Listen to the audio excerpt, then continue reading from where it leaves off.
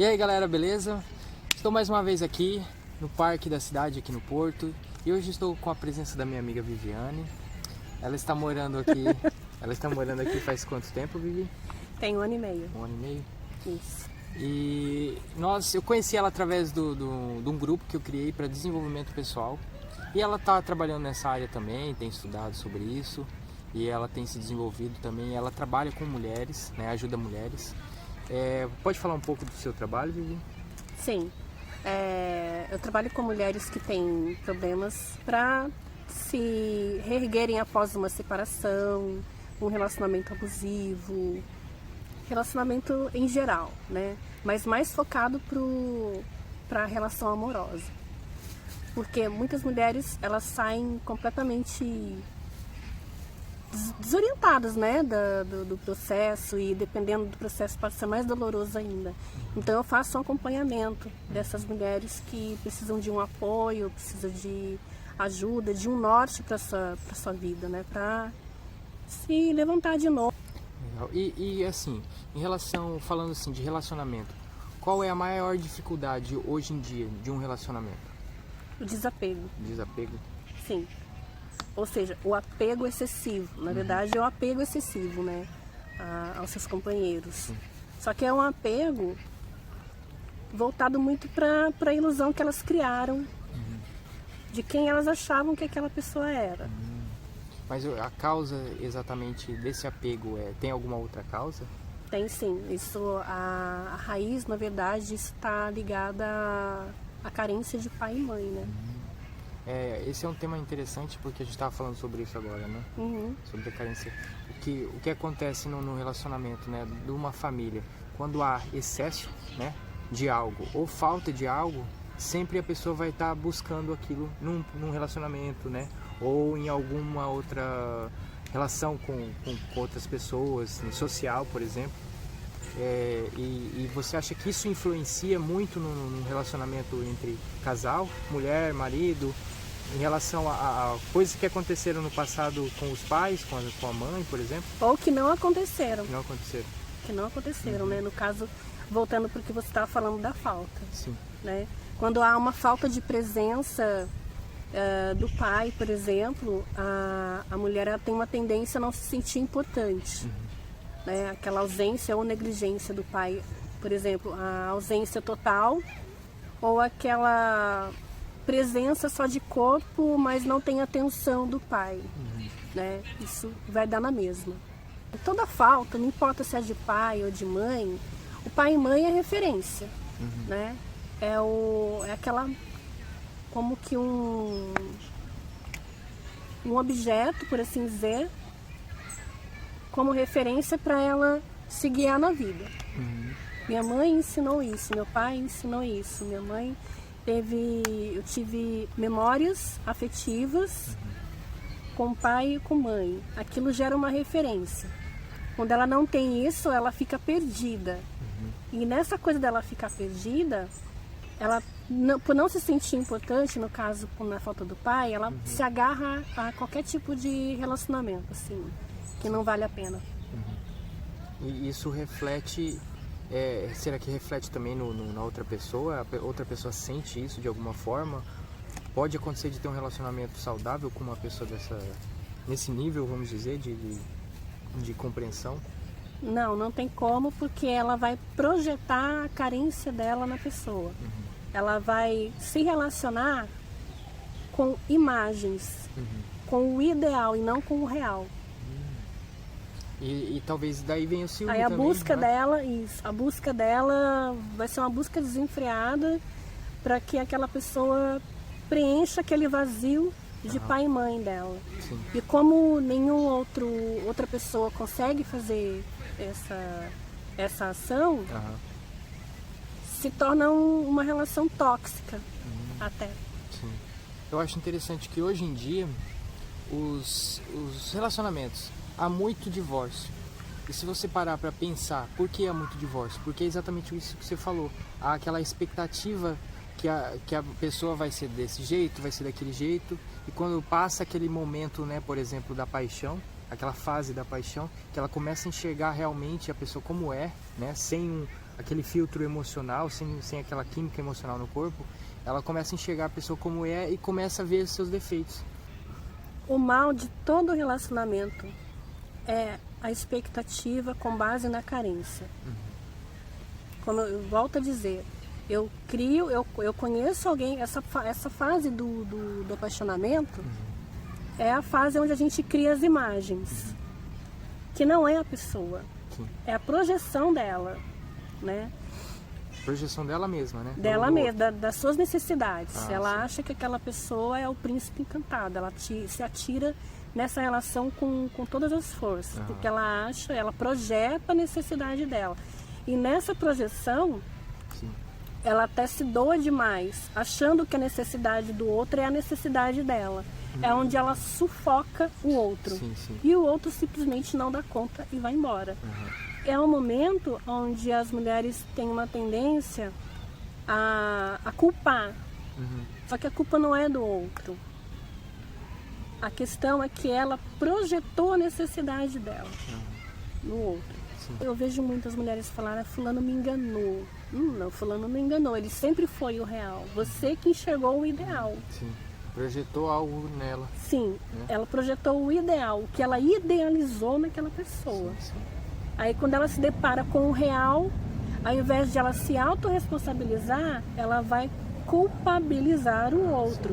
Fulano, aí começa a difamar a pessoa, né? Fala que a pessoa não é boa e tudo mais, e tantos outros comentários que fazem.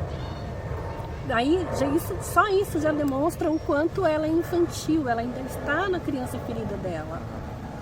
Então, assim, uma pessoa que está numa situação dessa, ela ela precisa o quê? Fazer o quê? Trabalhar o quê para melhorar essa questão? Para sair desse ciclo, vamos dizer, que é um ciclo, não é verdade? Sim, é um ciclo. Ela precisa ter vida própria, porque ela começa a viver a vida do outro, tudo é o outro, respira o oxigênio. Ela acha que é o oxigênio do outro, né? Então ela para de olhar para si. Sim. Né? E ela pensa que vai ser valorizada porque ela está deixando de viver a vida dela para viver a vida do outro e atender as necessidades que ela acha que é do outro. Mas na verdade a necessidade é dela. É verdade. Aí o outro não enxerga a necessidade dela. E ele está, na verdade, na mesma situação. Ele está enxergando as necessidades dele, projetou ele também. E aí acaba o relacionamento porque os dois estão, vamos dizer, naquele mesmo... esperando coisa do outro, né? Isso. Que o outro satisfaça todas as suas necessidades emocionais, físicas. A autoexpectativa é o princípio da frustração. É aquela frase que diz, que todo mundo fala, né, normalmente. Vou procurar a minha metade da laranja. Não existe metade. Ou a tampa da minha panela. Também não. São frases totalmente erradas, né? Tá muito fora. É o mesmo que dizer que Deus é imperfeito. Sim. Né? Que Deus ele criou pessoas incompletas. Então isso não passa de uma falácia, dizer que eu encontrei a minha metade e coisa e tal. Na verdade, quando a pessoa vem com uma conversa dessa, o que ela está transmitindo? Ela está transmitindo que ela é incompleta. Ela está transmitindo exatamente isso, essa falta de alguma coisa. Por isso ela precisa do outro para se completar. E na verdade o que ela precisa é uma autoanálise e compreender qual que é a falta que teve lá na infância dela, ou excesso no caso, porque que nem a gente estava falando antes. Excesso, por exemplo, pode ser excesso de cuidado, pais muito protetores, pais que abraçam o filho ali e não quer deixar embora, não quer deixar sair. E isso prejudica, não é verdade? Também. Bastante. Porque aí o filho depois, quando vai para o mundo, às vezes o pai tá querendo mandar embora, já tá o filho com 29 anos dentro de casa, e o pai querendo botar ele para fora e ele não vai. Por quê? Porque tem medo, porque foi muito protegido, não arriscou, né? O pai não deixou, não permitiu talvez. Olha, eu vou abrir um parênteses. A superproteção, isso é um assunto que vai longe até. A superproteção da mãe indica fraqueza da parte da mãe, medo. Sim. Ela projeta o medo do abandono no filho. Tanto é que eu vejo algumas mães falar, ai, meu filho me abandonou. Nossa, mas uma adulta falando isso, né? Meu filho me abandonou, ele foi viver a vida dele. Ué. Né? É o ciclo, né? Aí ela super protege porque ela projeta no filho a dependência que ela tem, né? E isso é castrador, na verdade, muito castrador. Porque o filho, quando ele vai seguir a vida dele, ele olha para trás e ele vê a mãe em desespero, ele automaticamente gera uma culpa dentro dele por deixar a mãe. Ele não consegue seguir com a vida. Não então, consegue. O que influencia ela também passa para ele. Prejudica, né? Prejudica e muito. A vida adulta dele fica bem comprometida. Sim.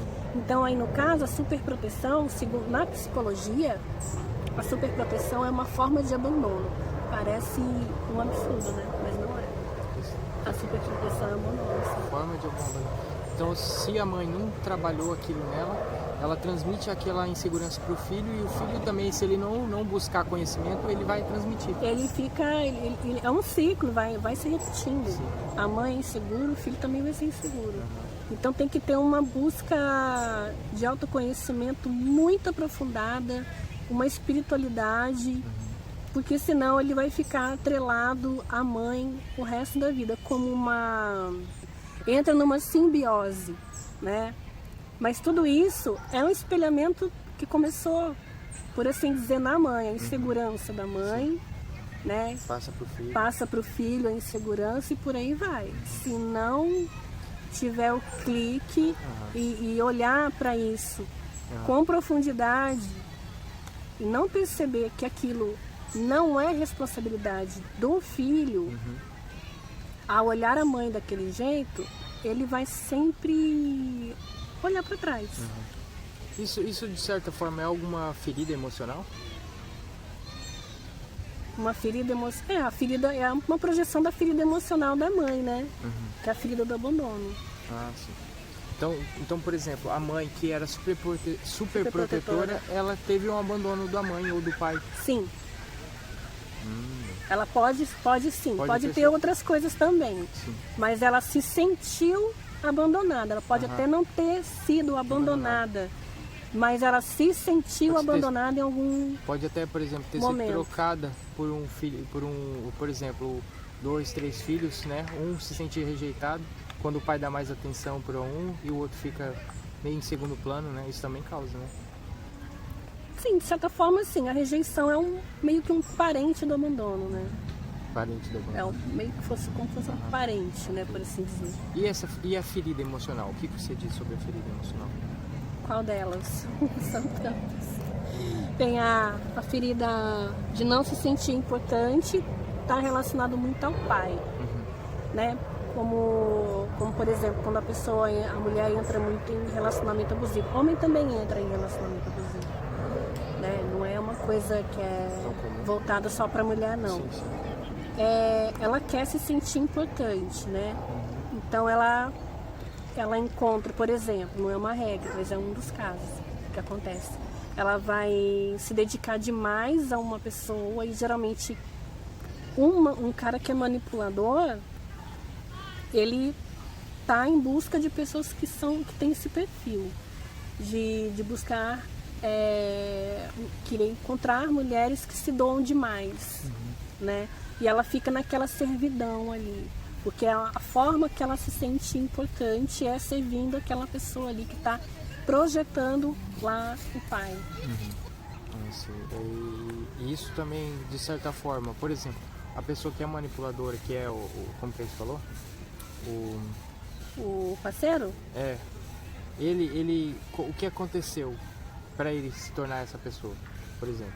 Ele se sentiu maior que pai ou mãe.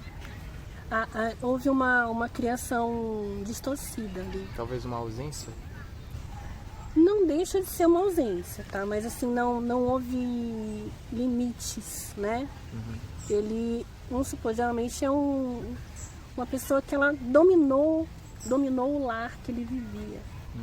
Certo. Às vezes por os pais não terem imposto autoridade, de certa forma, ele tomou a frente. E ele se posiciona acima. Isso, exatamente. Ele acha que E ele é controlador? É controlador. Controlador, dominador. Ele acha que é o rei da cocada, né? Então, assim, às vezes ele até aprende com alguém, né? Ou o pai. Vamos supor, vou dar um exemplo aqui. Um casal onde o parceiro não respeita a mãe e o filho tá vendo isso, né? Ele vai achar que aquilo é normal, porque ele vai crescer, certo? Ele é uma folhinha em branco quando nasce, aí ele cresce vendo coisas e a percepção dele é que aquilo é normal, não tem julgamento. Sim. Então toda a estrutura dele vai ser levantada naquele lar, né? Então, se o pai bate na mãe, por exemplo, o filho vê isso, ele cresce vendo isso, há um risco muito grande dele ter relacionamentos abusivos. No caso, ele sendo um algoz. Ele sendo. Por quê? Porque é um espelhamento. Sim. Espelhou o pai, né? Espelhou o pai. São várias coisas que podem acontecer. E essa é uma, né? Na criação dos filhos. O filho não respeita a mãe. Tanto não sei se você já ouviu falar, quando a pessoa ela quer saber como que vai ser o relacionamento dela com o parceiro, ela olha no relacionamento que ele tem com a mãe. Porque a mãe é a referência feminina. Sim. Certo? Então ele vai praticamente reproduzir. Se ele tiver uma atitude, um relacionamento saudável com a mãe, sim, quer dizer que ele vai ter com o cônjuge? Vai ter, sim. A tendência é essa, sim. E se ele não teve um relacionamento assim com o pai? Como? Você acha que influencia? Influencia, né? O filho contrário? Com o pai, ou mais não tanto? Tanto faz, de onde vier, ele vai pegar aquela referência. Ele pode pegar aquela referência, sim. De relacionamento. Né? O modelo de relacionamento que ele vai ter na vida adulta vai simplesmente ser uma reprodução daquilo que ele viu. Ou ela. Então, o que a gente vê hoje, realmente, nos relacionamentos e também na família, entre pai e mãe, é exatamente a falta de conhecimento, né? Porque o que eles aprenderam, eles acham que estão certos de certa forma, nunca fazem isso pensando, às vezes, a maioria, né? Os casos positivos, vamos ver, na família. Fazem de certa forma com os filhos, achando que estão dando a melhor educação, mas na verdade eles estão reproduzindo coisas que... Aquilo que eles aprenderam. Exato. Como certo. Exato. E às vezes nem sempre coisas boas, né? Realmente, se você parar para analisar. Sim, é por isso que existem os traumas, né? Pode gerar bloqueio, trauma, a pessoa não deslancha em alguma área da vida dela.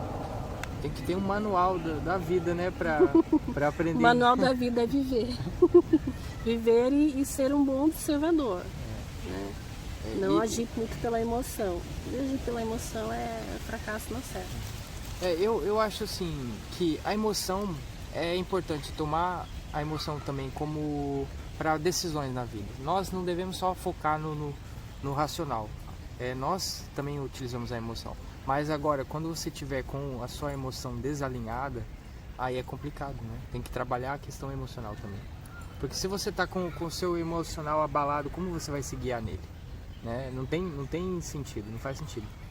Então, precisamos fazer uma autoanálise dos nossos comportamentos para descobrir padrões que foram repassados pelos nossos ancestrais, nossos pais, nossos avós, e fazer um realinhamento para que você não procure um relacionamento com base nesse tipo de padrão, porque se você entrar nesse padrão, você vai entrar naquele ciclo novamente. Inconscientemente a gente replica. Sim, a gente replica sim, mas há como cortar isso, de certa forma? Claro. Como quebrar esse padrão? Mudança de paradigma, né? Ela tem que despertar para fazer algo diferente do que os ancestrais dela fizeram.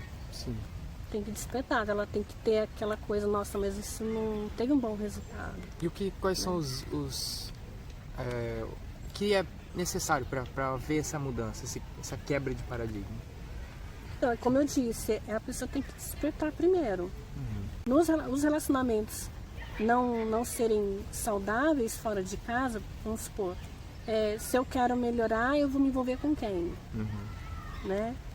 Ah, tá ruim. Sim. Tá péssimo aqui, eu quero melhorar, então eu vou procurar pessoas que tenham um espírito mais elevado, que tenha pensamentos melhores, que tenha uma visão diferente das coisas. Se ela permanece naquele lar doentio e procura pessoas que estão na mesma frequência que ela para ficar só compartilhando, só desabafando uma com a outra sem procurar a solução, ela vai repetir também.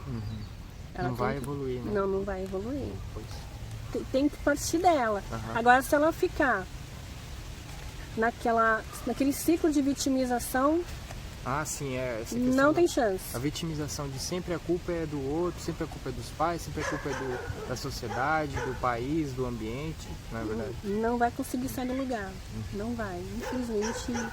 E vai continuar culpando o outro, porque ela não sai do lugar. É um ciclo. Esse assunto dá pano pra manga. A gente podia ficar aqui o dia inteiro falando aqui. Mas eu vou deixar aqui o link do Instagram, né? O seu Instagram. Sim. YouTube também? Não, YouTube ainda não estou trabalhando com YouTube. E o Facebook? Só o Facebook e Instagram, mas eu tô mais no Instagram. Isso. Se vocês quiserem seguir a Vivi, vou deixar aqui todas as informações dela, das redes sociais. Compartilhem, entre no canal dela, curta e ela bomba nisso aí, é especialista. E eu também vou deixar os meus links aqui embaixo para vocês me seguirem. E é isso, galera, muito obrigado pelo assistirem até o final. Curta, compartilhe, comente ali se você quiser falar sobre algum assunto interessante, que a gente fale sobre algum assunto interessante. É isso, tá bom? Obrigado, tchau. Gratidão. A história infantil. Loira do banheiro. Ué, você não teve medo da loira do banheiro na tua infância? Eu cagava de medo, cara. Não dormia de noite. Sério. Volta à tua pergunta. Ok. Volta à tua pergunta. Eu dei uma dispersada. Por causa do que meu pé começou a dormir. Ok. Aproveita pra mudar aí. Volta. Acorda. Como que foi a pergunta que eu nem lembro agora? Então, fugiu. Fogo. Como chama? Aquela como... um entra no outro. Tem um nome.